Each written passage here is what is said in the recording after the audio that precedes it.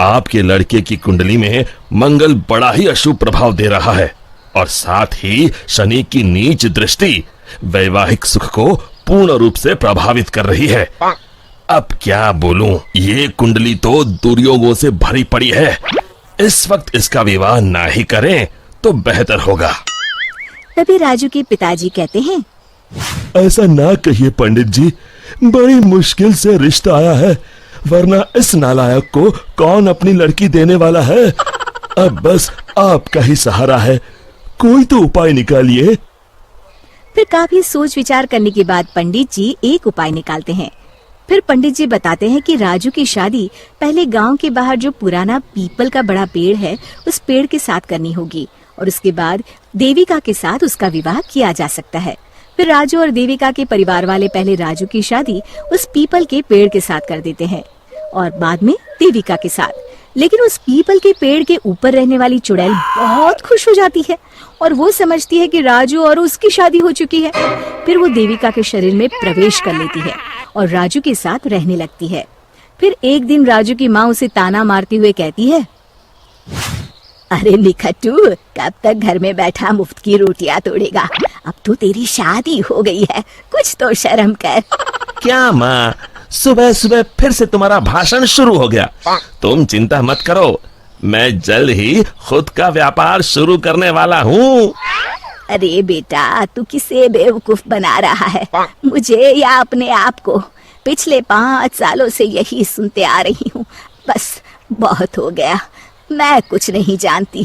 कल से अपना और अपनी पत्नी के राशन पानी का इंतजाम तू खुद कर ले। अब तेरा बोझ हम लोग और नहीं उठा सकते। इतना कहकर राजू की माँ वहाँ से चली जाती है। फिर राजू सोच में डूब जाता है।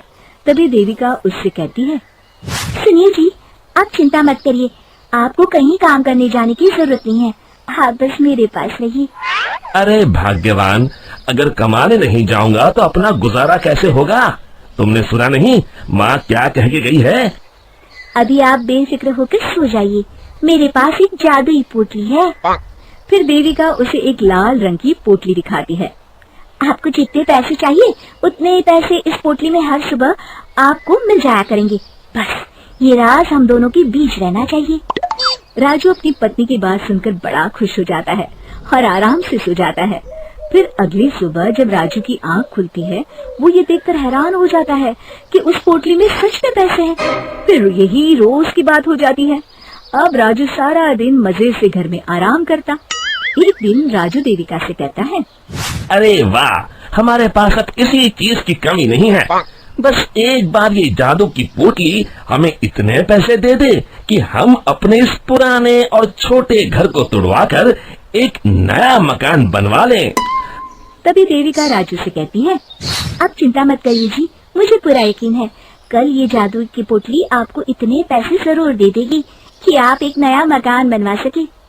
फिर अगली सुबह जब राजू नींद से जागने पर देखता है कि वो जादुई पोटली बहुत सारे रुपयों से भरी है। अब तो राजू की खुशी का ठिकाना नहीं था। वो अपना नया घर बनवाने की तैयारी में जुट जाता है। फिर अगले दिन राजू गांव के सेठ धनीराम की दुकान पर घर बनाने के लिए लोहा और बजरी खरीदने पहुंच जाता है।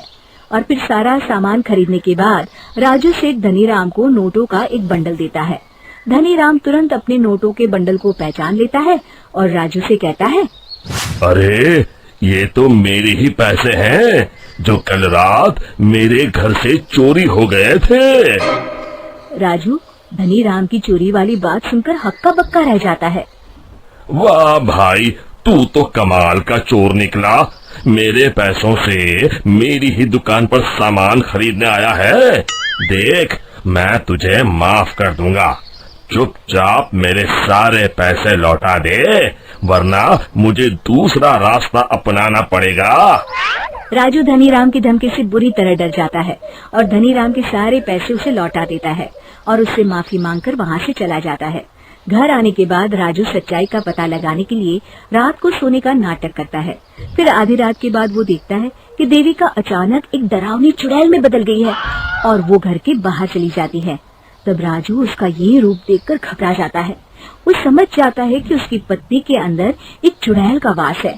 फिर राजू उसका पीछा करता है और उसे लोगों के घरों में चोरी करते देख लेता है। फिर अगले दिन राजू पंडित जी को जाकर सारी बात बता देता है। राजू की बात सुनकर पंडित जी कहते हैं, ये सब कामचोरी और आलस का फल है। मैं जानता हूँ पंडित जी, बस आप मुझे इस चुड़ैल से बचा लीजिए। मैं कसम खाता हूँ आगे से सिर्फ मेहनत करके पैसे कमाऊंगा। अब बस इस मुसीबत से बचने का सिर्फ एक उपाय है। बस जैसा मैं कहता हूँ वैसा ही करो। तुम अभी जाकर वो पोटली मुझे लाकर दे दो। फिर राजू भागकर घर से वो पोटली लाकर पंडित जी को दे देता है। दोनों उसी पुराने पीपल के पेड़ के पास जाते हैं और पंडित जी उस पोटली को पेड़ से बांधकर वहाँ हवन चालू कर देते हैं। दूसरी तरफ देविका के शरीर में रह रही चुड़ैल छटपटाने लगती है और देखते ही देखते वो हवन कुंड के सामने खड़ी हो जाती है और देविका के शरीर से बाहर आ जाती है।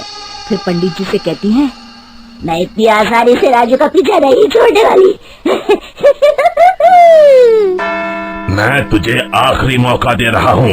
इस लड़की के शरीर को छोड़कर चली जा। मेरी बात मान ले चुड़ैल, वरना मैं तुझे जलाकर राख कर दूंगा। तू मुझे नहीं जानता पंडित, इसलिए तो इतनी बड़ी बड़ी बातें कर रहा है। लगता है आज तेरा आखिरी दिन है। तो तू नहीं मानेगी तो ठीक है, अब मजा देख। और फिर पंडित जी जोर जोर से मंत्र पढ़ना शुरू कर देते हैं। हवन कुंड की अग्नि देखते ही देखते बहुत बड़ा रूप धारण कर लेती है। चुड़ैल उस पोटली के अंदर कैद हो जाती है। अरे अरे ये कैसे हो गया? अरे मुझे छोड़ दे पंडित, मैं तो मजाक कर रही थी। फिर पंडित जी उस पोटली को उठाकर हवन कुंड में डाल देते हैं। मर गई रे! फिर उस पोटली के साथ चुड़ैल जलकर राख हो जाती है। शिक्षा, लालच और मुसीबत एक ही सिक्के के दो पहलू हैं। इससे दूर ही रहने में हमारी भलाई है। दोस्तों, हमें उम्मीद है कि आपको हमारी ये कहानी पसंद आई होगी। कृपया हमारे चैनल को सब्सक्राइब करें और सभी अपडेट्स के लिए बेल आइकन जरूर दबाएं। और हाँ, वीडियो लाइक और शेयर करना मत भूलिएगा। Bye bye.